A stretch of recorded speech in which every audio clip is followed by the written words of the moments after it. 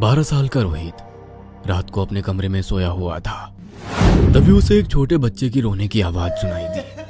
वो उठा और उसने आवाज की तरफ देखा। उसके अलमारी पर एक छोटा बच्चा बैठकर रो रहा था। तुम कौन हो और यहाँ क्या कर रहे हो? रोहित ने उसे पूछा। उस पर उस छोटे बच्चे ने कहा कि उसका नाम श्याम है और वो इसलिए रो रहा है क्योंकि उसके माता पिता उसे छोड़कर चले गए हैं। तुम कहाँ रहते हो? मैं इसी घर में रहता हूँ और ये मेरा कमरा है। नहीं, ये मेरा कमरा है और तुम यहाँ से अभी के अभी चले जाओ, वरना तुम्हारा नाम मैं मेरे मम्मी पापा को बता दूंगा। रोहित ने उस बच्चे से कहा। इस पर वो छोटा बच्चा फिर से रोने लगा। मैं अकेला कहाँ जाऊँ? प्लीज मुझे मेरे मम्मी पापा आने तक यहीं रहने दो। उसका रोना देखकर रोहित को उस पर तरस आया और वो उसे अपने कमरे में रखने के लिए मान गया। तुम्हें तुम्हारे मम्मी पापा की कसम है कि मैं तुम्हारे साथ रहता हूँ। ये बात तुम अपने मम्मी पापा से नहीं कहोगे, वरना वो दोनों मर जाएंगे। हाँ, मैं प्रॉमिस करता हूँ, रोहित ने कहा। इस पर वो छोटा बच्चा श्याम खुश हो गया और उसने अलमारी से नीचे छलांग मारी। रोहित हैरान रह गया क्योंकि अलमारी काफी ऊंची थी। उसके बाद उन दोनों ने एक दूसरे के साथ दोस्ती कर ली। छोटा रोहित अपने माता पिता राहुल और शर्मिला के साथ 2 दिन पहले ही उस घर में शिफ्ट हो गया था। उसके पापा एक बड़े कंपनी में इंजीनियर थे। दूसरे दिन रोहित शाम के साथ खेल रहा था कि तभी उस कमरे में राजू आया। राजू उस घर के नौकरानी सरला का बेटा था। जब रोहित के मम्मी पापा घर पर नहीं होते थे तब वो रोहित को हमेशा तंग करता था। उसके खिलौने वो छीन लेता था और उसे धमकी देता था कि अगर तूने ये बात मम्मी पापा को बताई तो वो उसकी जमकर पिटाई करेगा। रोहित शाम के साथ बेड पर कार के साथ खेल रहा था कि तभी राजू ने रोहित के सिर पर मारा और बोला, अबे वो चूजे, अकेले में किससे बातें कर रहा है? कहीं तू पागल तो नहीं है? और उसने रोहित के हाथ से उसकी कार छीन ली। राजू रोहित से कम 4-5 साल बड़ा था, इसीलिए वो राजू का खुलकर सामना नहीं कर सकता था। मैं मेरे दोस्त के साथ खेल रहा हूँ, रोहित ने राजू से कहा। अबे कौन सा दोस्त? तू तो अकेला यहाँ बैठा है। राजू ने उस पर हंसते हुए कहा। ये जो मेरे सामने बैठा है, रोहित ने कहा। उस पर राजू जोर जोर से हंसने लगा और बोला, तू सच में पागल हो गया है, पागल कहीं का। और वो रोहित की कार लेकर वहां से चला गया। यह देख शाम गुस्से से आग बबूला हो गया। तुम्हें गुस्सा नहीं आता क्या? उस लड़के ने तुम्हें मारा, उसने तुम्हें पागल कहा। क्या तुम पागल हो? तुम अभी के अभी जाओ और उसके सिर पे ये बैट मार के आओ। नहीं, मैं उसे नहीं मार सकता, वो मुझसे बड़ा और ताकतवर है। तू नहीं मारेगा तो मैं उसे मारूंगा। ऐसा कहते हुए शाम वहां से अपनी बैट लेकर चला गया। रोहित डर के मारे अपने कमरे में ही ठहरा था कि तभी उसे राजू की चीख सुनाई दी। रोहित घबराते हुए राजू की आवाज की तरफ भागा। तो बाहर वाले कॉरिडोर में फर्श पर खून से लथपथ राजू पड़ा हुआ था।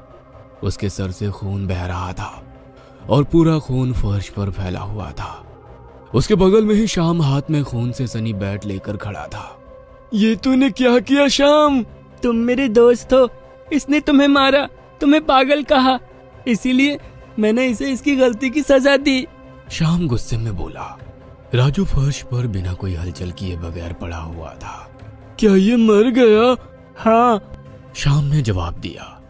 यह सुन रोहित की आंखों में डर छा गया। अब क्या करें? हमें इसकी लाश को ठिकाने लगाना होगा, वरना पुलिस तुम्हें पकड़ कर ले जाएगी। लेकिन इसे तो तूने मारा ना। हाँ, लेकिन मैंने इसे तुम्हारे लिए मारा, इसीलिए पुलिस तुम्हें पकड़ लेगी। शाम ने रोहित से कहा। यह सुन रोहित घबरा गया। सुनो, तुम्हारे पापा के गैराज में जाकर डीजल का कैन लेकर आओ और इसे जला दो, किसी को कुछ पता नहीं चलेगा। शाम ने कहा। यह सुन रोहित फिर से घबरा गया, लेकिन वो शाम की बातों में आ गया। उसने गैराज से डीजल की कैन लाई और फिर शाम के कहने पर उसे राजू की लाश के ऊपर छिड़का। रोहित ने माचिस की तिल्ली जलाई। तभी उसने देखा कि राजू ने अपना सर हिलाया। पानी, पानी, राजू कराहते हुए बोला। रोहित ने माचिस की तिल्ली बुझा दी ये तो जिंदा है, रोहित ने घबराते हुए बोला। तभी शाम ने अपनी बैट से राजू के सर पे 2-3 बार हमला किया और उसका सर कुचल दिया। राजू ने वहीं दम तोड़ दिया। हैं? तुमने इसे मार दिया? चुपचाप माचिस की तिल्ली जला और इसकी लाश जला डाल। लेकिन ये पूरा जल तो जाएगा ना? हाँ, जल जाएगा। बाद में हम इसकी राख पास के ही नाले में बहा देंगे। शाम के ऐसे बोलते ही रोहित ने माचिस की तिल्ली जलाकर उसे राजू की लाश पर फेंकी और उसकी लाश जलने लगी। घर में मांस जलने की बदबू आने लगी। घर में काला धुआं बढ़ने लगा कि तभी रोहित की माँ शर्मिला घर पहुंची और उसने देखा कि राजू की लाश जल रही है और बगल में अकेला रोहित हाथ में माचिस लिए वहां पर खड़ा है। यह देख शर्मिला हैरान रह गई। उसने जैसे तैसे पानी से राजू की जलती लाश बुझाई। ये तूने क्या किया रोहित? तूने राजू को जला डाला? मैंने नहीं मम्मी, वो शाम ने किया। वो बगल में खड़े शाम की तरफ उंगली दिखाते हुए बोला। कौन शाम? और तुम किसकी बात कर रहे हो? यही जो मेरे बगल में खड़ा है।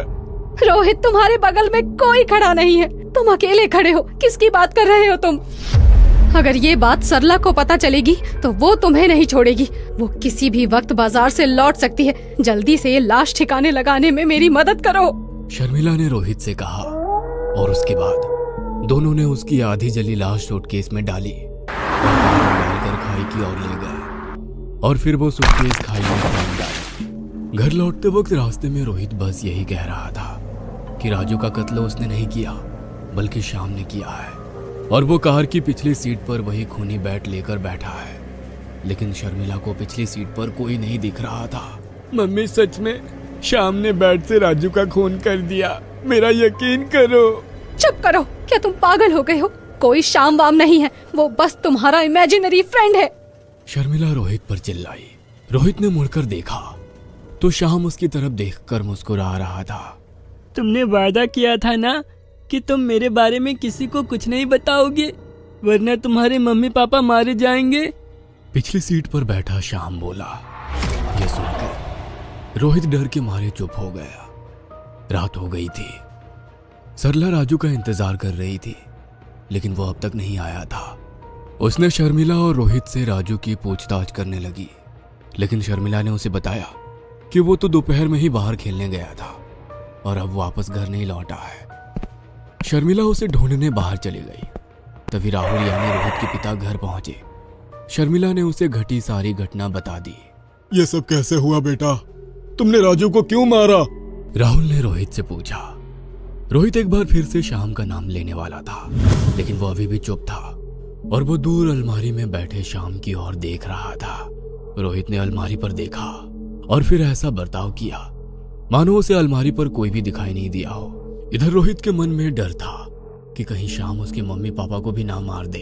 मैंने उसे मारा क्योंकि वो मुझे तंग करता था, लेकिन मैंने ये जानबूझकर नहीं किया पापा। रोहित रोते हुए बोला। राहुल ने उसे चुप किया और फिर बेड पर सुलाकर शर्मिला और राहुल अपने कमरे में चले गए। उसके जाते ही अलमारी पर बैठे श्याम ने नीचे छलांग लगाई और रोहित से बोला। क्या तुम्हें पता है कि तुम्हारे माता पिता तुम्हारे बारे में क्या सोचते हैं? नहीं। उनके बेडरूम के बाहर जाकर चुपचाप उनकी बातें सुनो, तुम्हें पता चल जाएगा। श्याम ने रोहित से कहा और फिर रोहित उनके बेडरूम के दरवाजे पर कान लगाकर खड़ा हो गया।